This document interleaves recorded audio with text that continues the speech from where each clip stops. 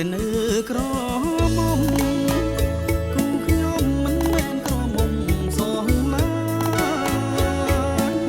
ស្មានតែនៅក្រមុំគូខ្ញុំមិនមែនក្រមុំសងឡានាងមានផ្ទៃបីខាងទៅហើយអោខ្លួនខ្ញុំហើយងុំម្លេះមិនចេះមើលក្រមុំមកឬមិនក្រមុំបាន6ខែស្រាប់តែប្រពន្ធគ្រប់ខែឆ្លងទុននេកាបាន6ខែស្រាប់តែប្រពន្ធគ្រប់ខែឆ្លងទុននេគិតទៅចាញ់បោកគេព្រោះហេតុតែឃើញគេជាកូនអ្នកមានទៅដាំលពើវដោចេញទៅជាលប្រាក់ទឹករាក់ស្មានតែទឹកជ្រៅកូនគេគ្មានអីស្រាប់តែអីលើយកឯងធ្វើអី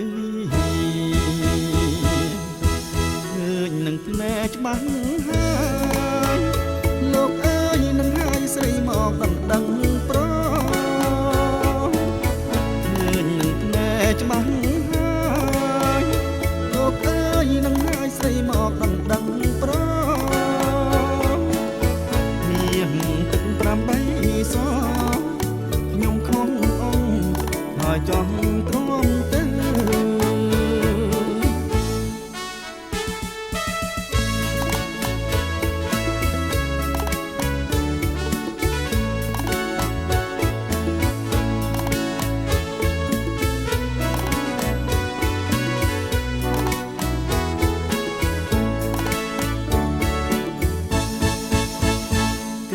ទៅ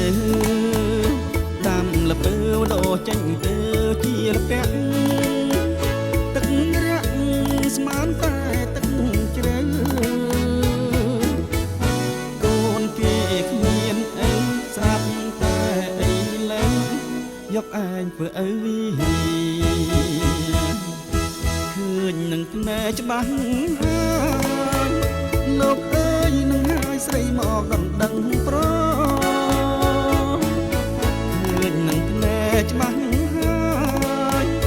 លោកអើយនឹងហើយស្រីមកដណ្ដឹងប្រមានទឹក8សខ្ញុំខំអង្គហើយចង់ទ្រាំ